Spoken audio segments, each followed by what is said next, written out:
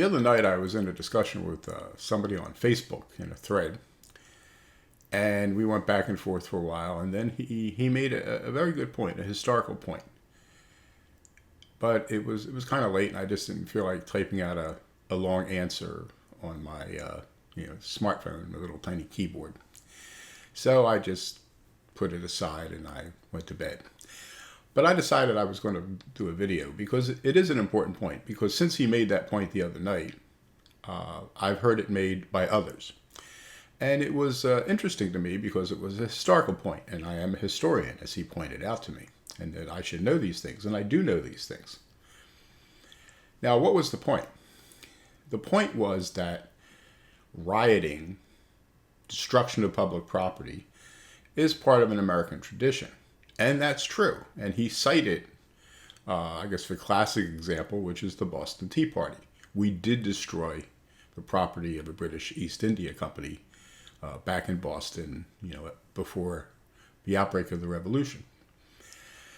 And while that's an accurate historical point to make, and others have made it since, and I've heard it made, it's interesting because it's one of these things like it's nice to know a little history, but sometimes it's dangerous. Because what neither he nor any of the people I've heard make the point since seem to comprehend is the import, the context of what they're saying. After all, it's true. In the lead up to the American Revolution, the Americans, the patriots, did riot. They did destroy public property. They sacked the house of a Boston tax collector, a guy named Oliver. They did do the Boston Tea Party and threw the tea into the harbor. And there were other acts of rioting and looting and violence and arson throughout the colonies at the time. So that's true. So is that an American tradition? Yeah, you could say that. But you have to also understand that when the Patriots did these things, and they called themselves the Patriots, that's why I'm calling them the Patriots. I'm not making I'm saying they were Patriots. To me, they were. To you, they may not be. But they called themselves Patriots, so let's call them what they called themselves, what they considered themselves. While they did these things, they knew it could lead to the war that it ultimately did lead to. Now, not all of them hoped it would lead to war. Some of them did.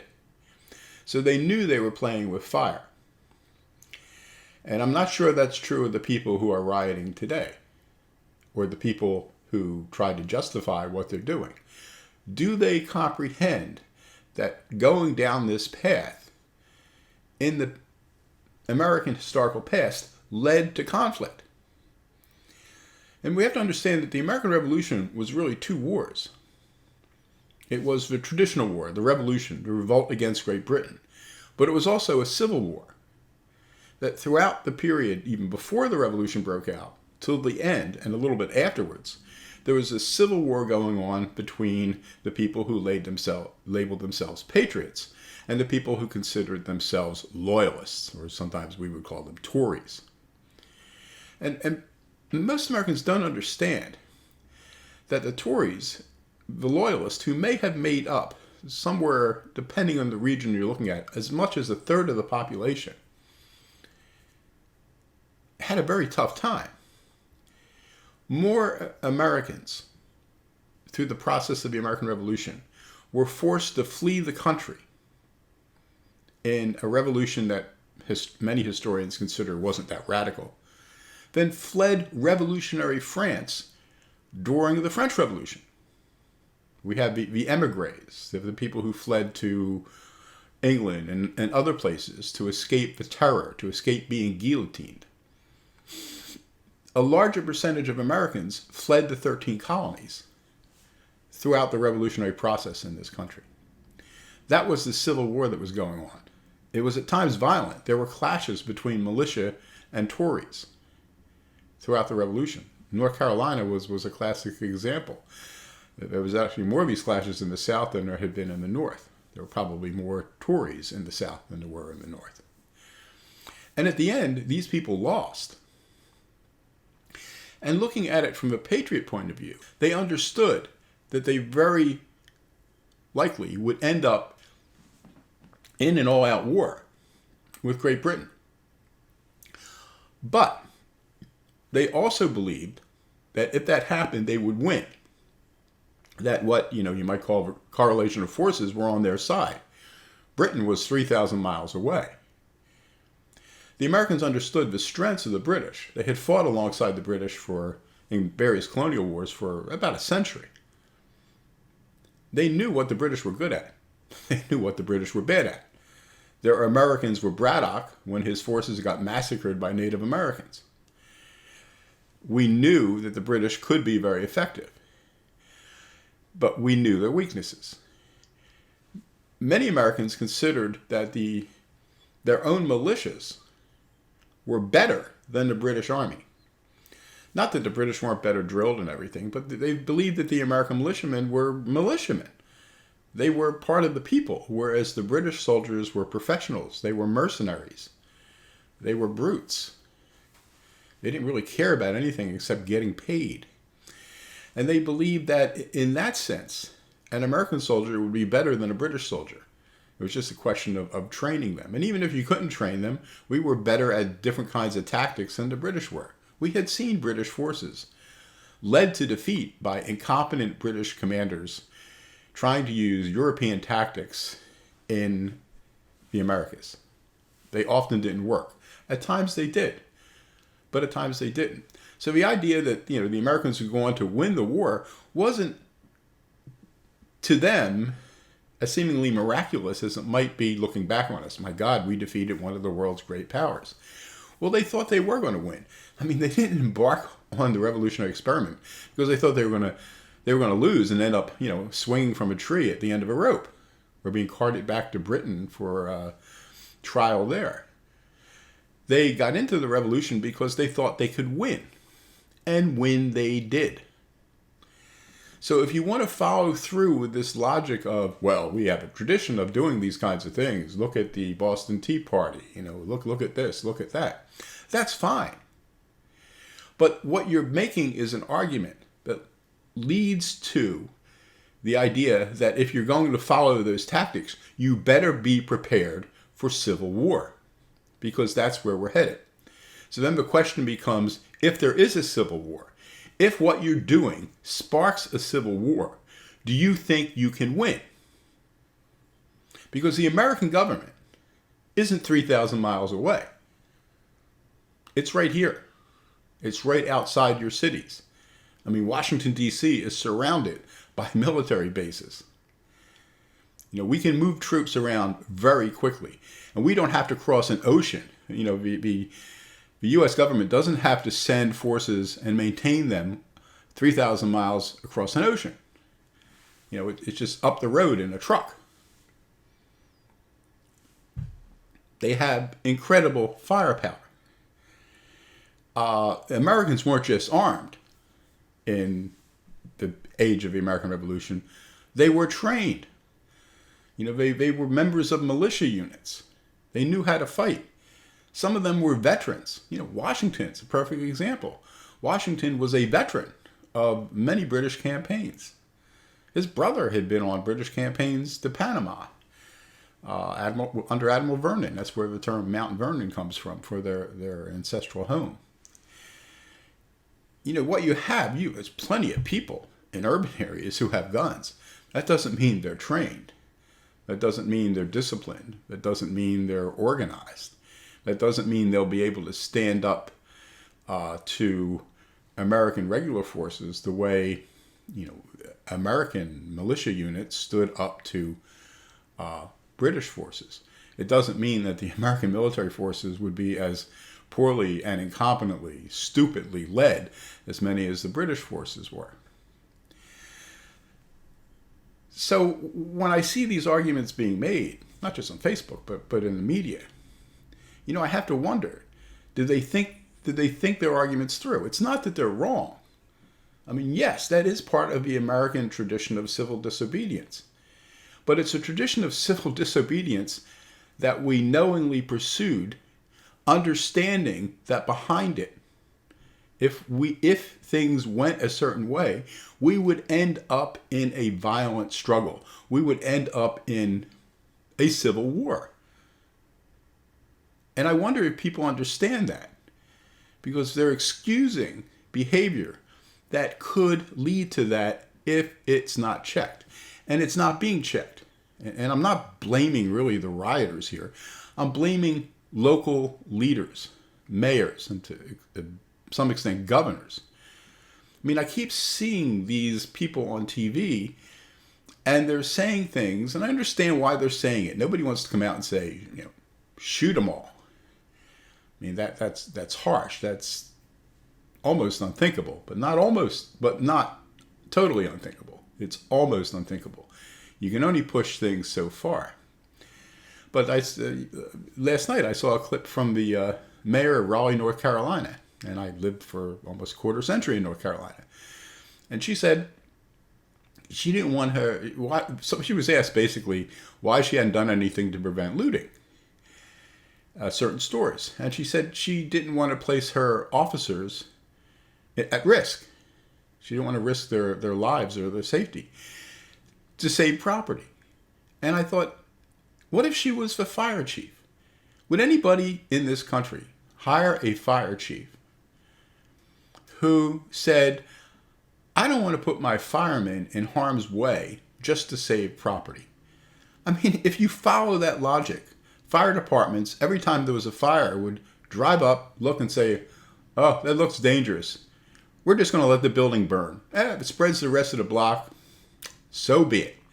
I mean, this is totally irrational. I mean, her job is to enforce the laws. There are laws against looting, rioting, arson. Enforce them. If you don't want to enforce them, quit. Don't make these ludicrous statements on TV. I saw the mayor of, I forget, it might have been Minneapolis, say the same thing. He didn't want his policemen put at risk by trying to stop rioting.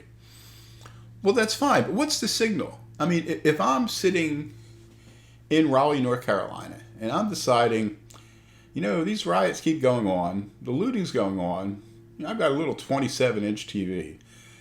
It'd be really nice to go down to Target or Best Buy nearby, maybe loot the place and get myself a big, 60-inch, 72-inch, maybe an 84-inch TV if I'm lucky.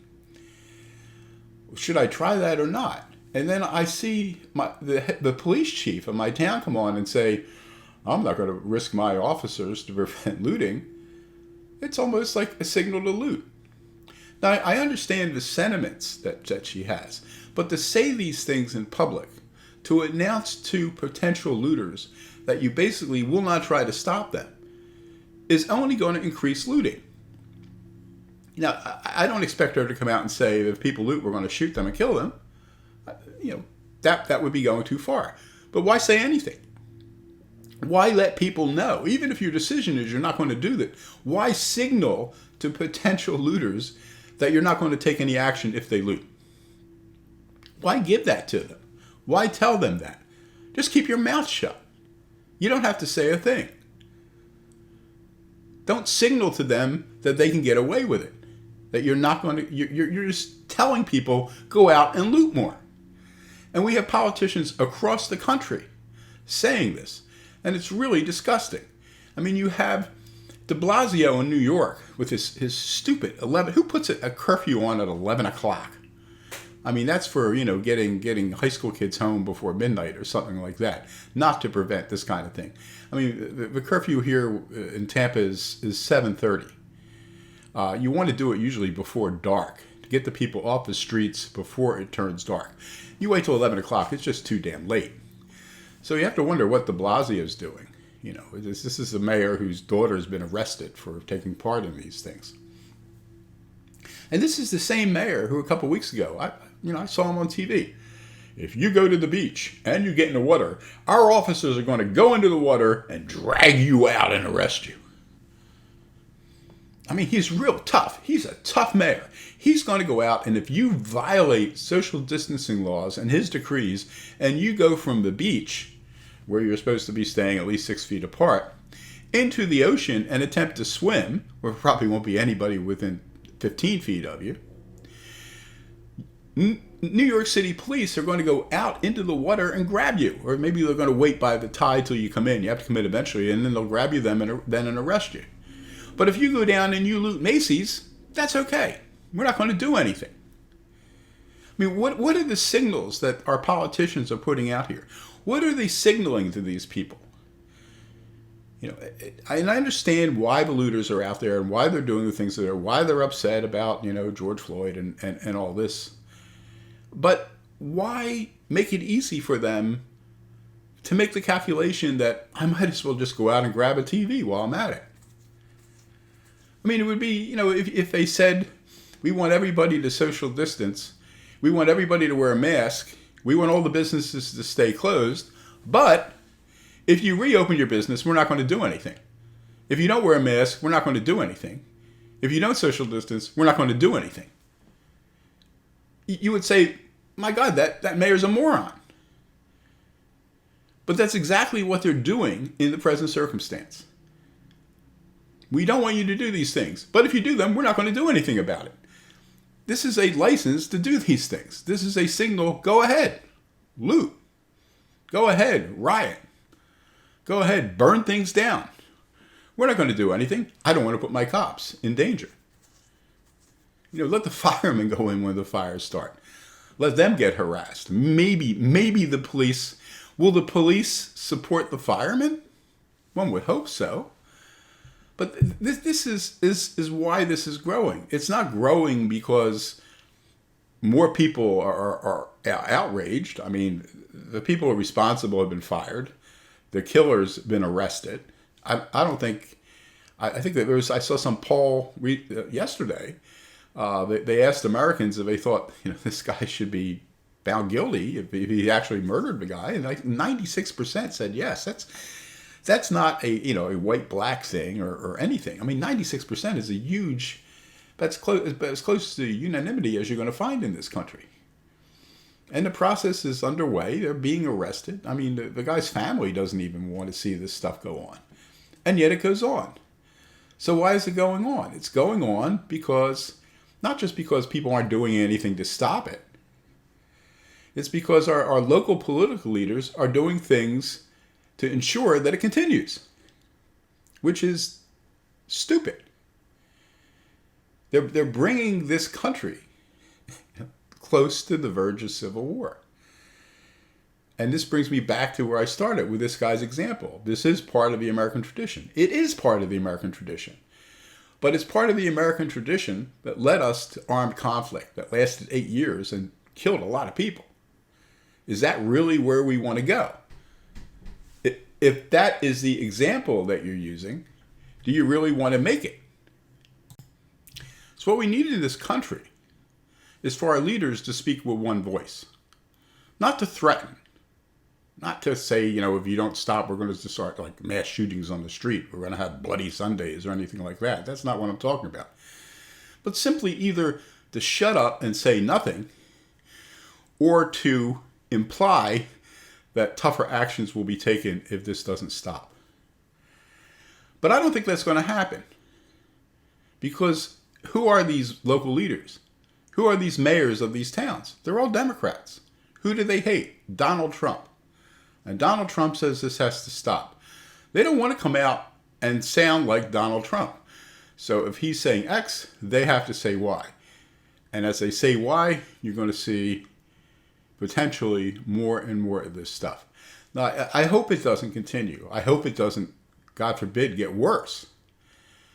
But unless we have local leaders who are saying things that make people think twice before they do it, then it's not going to end. You have to make disincentives, come up with disincentives to get people to stop. And right now we're incentivizing rioting. We're incentivizing looting.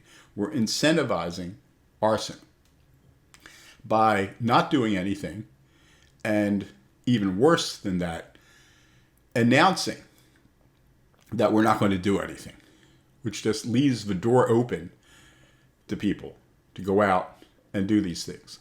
And that's what's happening. And it's going to tear the fabric of this country apart. I said in another video that, is this 1968 all over again? That was a couple of days ago. I actually did the video, got posted maybe 3 days ago. I posted it 2 days ago. And since then, now all over the news now, people are referencing 1968, not because of my video, but because it is getting like 1968. And I think just under 50 people died in 1968. So George Floyd is one, and you may end up with 50 people dead. It's very hard to find out how many people have died already. And we're starting to get shootings now. That's, on both sides. Police shootings, people shooting at the police, people killing police, police killing people. More people are going to die than just the one who died when George Floyd died. And that's where we're headed. But 1968, the 1968 example, keep this in mind. As I said in my video, it gave us Richard Nixon. Remember who Richard Nixon was? Richard Nixon was a disliked vice president under Dwight Eisenhower. Richard Nixon was the guy who lost in 1960. I think he ran for governor and he lost there too. He was a washed up, politician who needed to rebrand himself for 1968. And to a great extent, one of the reasons a couple of reasons he won the Vietnam War and other things, but one of the reasons he became a law and order candidate because of the 1968 riots. And keep this in mind, especially if you're a progressive or a Democrat. If Richard Nixon hadn't been a paranoid idiot who overplayed his hand, Watergate, if there hadn't been Watergate, Nixon won in 68. He won a landslide in 72. If he hadn't blown that, Republicans would have controlled the White House from 1969, when he was inaugurated, at least through 1993, when Bill Clinton became president. It's a quarter of a century. The Democrats lost who had held the presidency since, 1933, when Roosevelt came in, except for the 2 years with Eisenhower, who could have just almost run as a Democrat, as a Republican. He was just a historical figure from, the commander-in-chief of the forces in Europe in World War II. Setting him aside, the Democrats had control of the White House. You had Kennedy, you had Johnson. If it hadn't been for the Vietnam War, Johnson would have been easily reelected. And if it hadn't been for the 68 riots, I think Humphrey would have beaten Nixon. And then the only Democrat you get between Nixon, is Carter, who was a one-term president, and he was a fluke. He was a fluke because of Watergate. He was a fluke because Gerald Ford was just, he was a Ford, not a Lincoln, as he himself once said. But, if there hadn't been Watergate, if Nixon hadn't stupidly overplayed his hand, we would have had Republican presidents from 1969 at least until 1993. So it's very possible, Democrats can say goodbye to the White House for a quarter century if they don't play this well. If you look at all the problems Trump has, and then think of all the problems Nixon had trying to get elected, it makes Trump's reelection look a lot easier. And I think that's what we're going to end up with. The riots, this year's riots, like the 68 riots, are going to give us a law and order president. And that law and order president isn't going to be Joe Biden. It's going to be Donald Trump. So if you really want to get rid of Trump, cool it. And let Trump have to deal with the aftermath of the riots. And let Trump have to deal with the aftermath of the pandemic. Or maybe a rehash of the pandemic in the fall. Who knows? All those things could really hurt Trump. What you're doing now is this is helping Trump. And local Democrat leaders seem to be intent on taking an anti-Trump position, which is basically becoming a pro-riot position. And I don't think that's going to do them well in the fall. Now, if you like this video, or even if you didn't like like it, comment. If you liked it, give it a thumbs up. Please subscribe to the channel. And if there's other things you'd like to see me address, let me know in the comments. I'm out of here.